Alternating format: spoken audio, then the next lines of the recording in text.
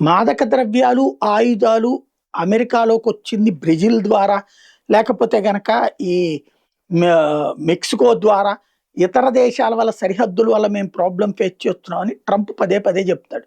ఇప్పుడు తాజాగా Lula de Silva Brazil అధ్యక్షుడు, వామపక్ష భావజాలి. ఆయన తాజాగా ఒక సంచలనాత్మకమైన ప్రకటన చేశారు.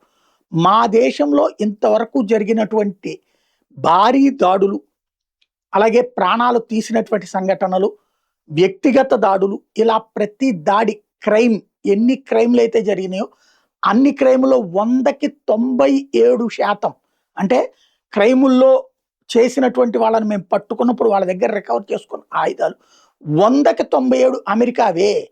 అమెరికాలో విచ్చలవిడిగా తుపాకులు అమ్ముకునే సంస్కృతి ఉండటంతో కొనుక్కున్న వాళ్ళు బ్లాక్‌లో అమ్మేస్తున్నారు. అది పట్టుకొచ్చినటువంటి మా దేశంలో ఉన్నటువంటి మాఫియా శక్తులు అవి కొని ఇలాగ మా ప్రజల మీద అరాచకాలు చేస్తున్నారంటూ ఓపెన్‌గా చెప్పుకొచ్చినటువంటి అంశం ఇప్పుడు సంచలనం సృష్టిస్తోంది.